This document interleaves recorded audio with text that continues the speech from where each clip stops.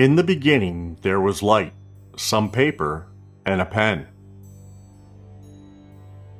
If the Ramseys wrote the ransom note on paper torn from their own legal pad with their own pen that came from their own home, one would expect an attempt to hide and or hinder the discovery of that legal pad and perhaps the pen from the police. But the Ramseys didn't do this. There was no attempt to hide or deter the discovery of the legal pad or the pen. Rather, they did the exact opposite of this. But why? Does that mean they're innocent? Or was something else perhaps at play here? Join me for an immersive look into the psychology of a staged interactive crime scene.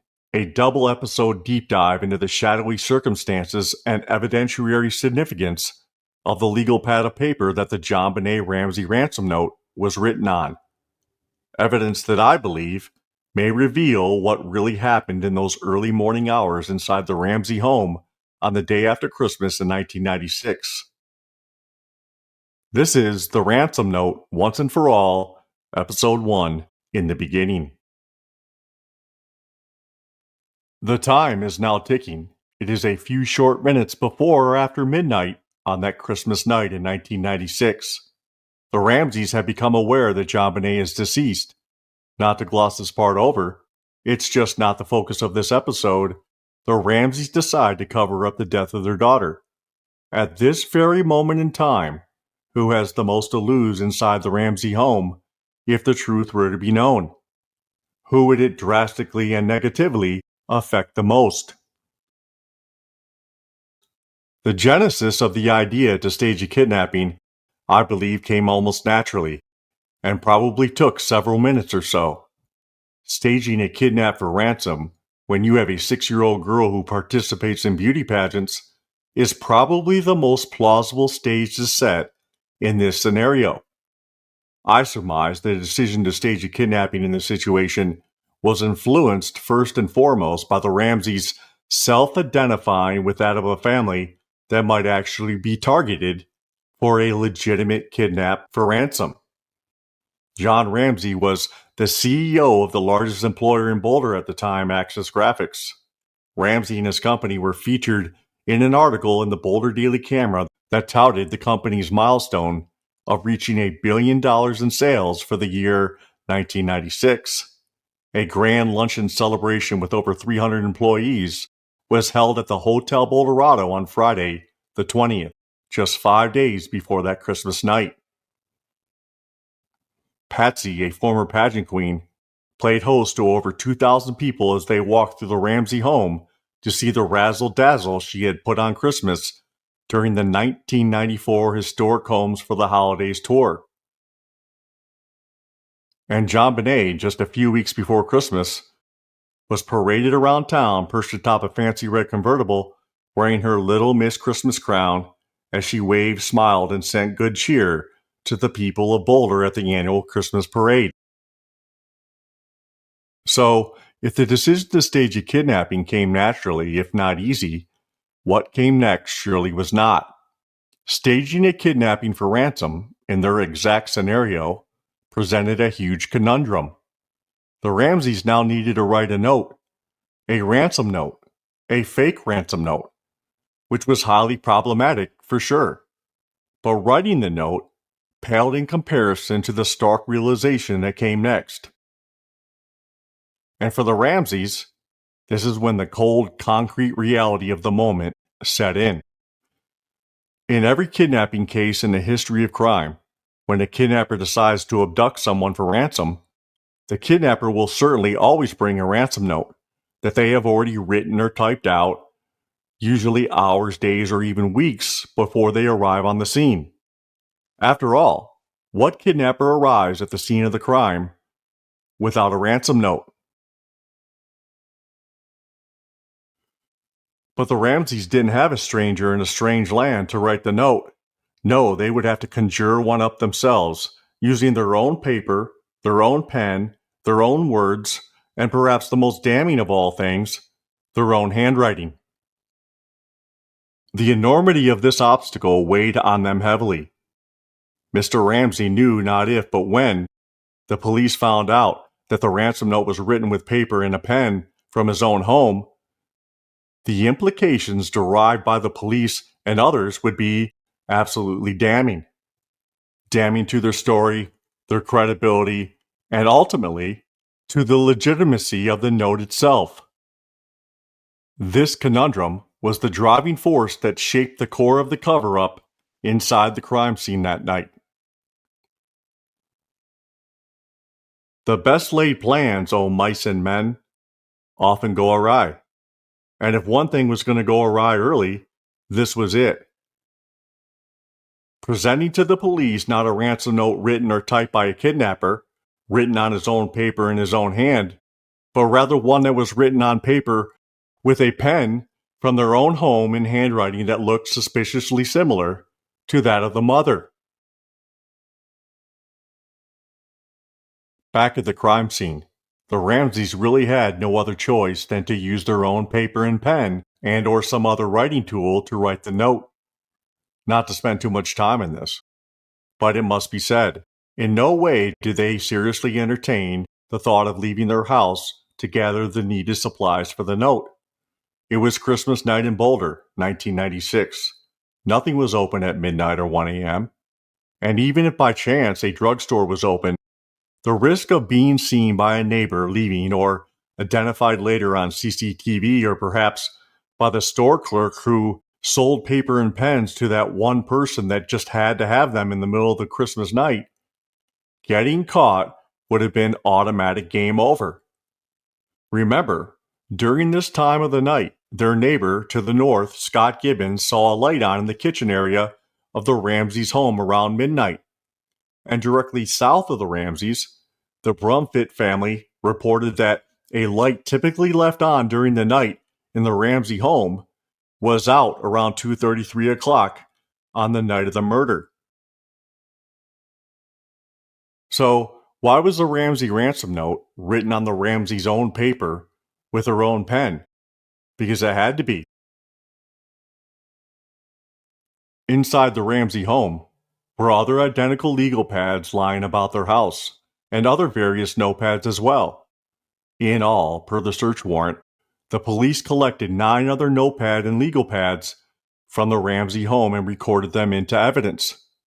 The Ramseys also must have been aware that their housekeeper, Linda Hoffman Pugh, may have had a few of the same ransom note legal pads and some of the same Sharpie pens used to construct the note at her home in Fort Lupton, Colorado. And they were right. When the police searched her home, they found the exact same type of legal pad and 3 Sharpie pens identical to the one that was used to write the note. Because, of course, who hasn't taken a pen or 2 or 3 from their own places of employment? I have. Have you? With identical legal pads lying around the house, what do? Earlier I said, I believe the instinctive human behavior in that very moment would have been to hide the legal pad that the note was written on and the others as well. Hide the evidence, hide the pen. So why didn't the Ramseys do either? Let's go back into the scene and consider their options in that very moment. If you try and hide the notepad that you just wrote the ransom note on, let's say in the garage or perhaps at the bottom of a box in the big basement, if and when the police find it, crumpled and cramped down, obviously hidden from the police, it's game over. Imagine the implications then. Implications that would fast become insinuations, and rightfully so, because no intruder, no kidnapper would ever take the time to break into the Ramseys' house, write a note that took at least an hour to construct, and then take the time to hide it in the bottom of a box somewhere or anywhere when he could just walk out the door with it. Finding the legal pad that the ransom note was written on stashed away and hidden when the handwriting is very similar to the mother's handwriting would have been absolutely damning. And the same goes for attempting to destroy the notepad. Once the police identified the paper and the other legal pads found in the house was the same type as the ransom note was written on, that would implicate them just the same. Because Having the same paper in the house that the note was written on is evidence enough. In their scenario, it would have been pointless and risky, if not dumb, to hide the actual ransom note notepad. Another good reason was the fact that their housekeeper, Linda Hoffman Pugh, had the same identical legal pad inside her home that she admitted to police came from the Ramseys' own home. She would be able to testify that the Ramseys had other notepads of this kind in their house before the murder. So the legal pad that Linda Hoffman had inside her home connected the Ramseys to the note. Once again, why is the ransom note written on a legal pad with a pen from the Ramseys' own home? Because it had to be.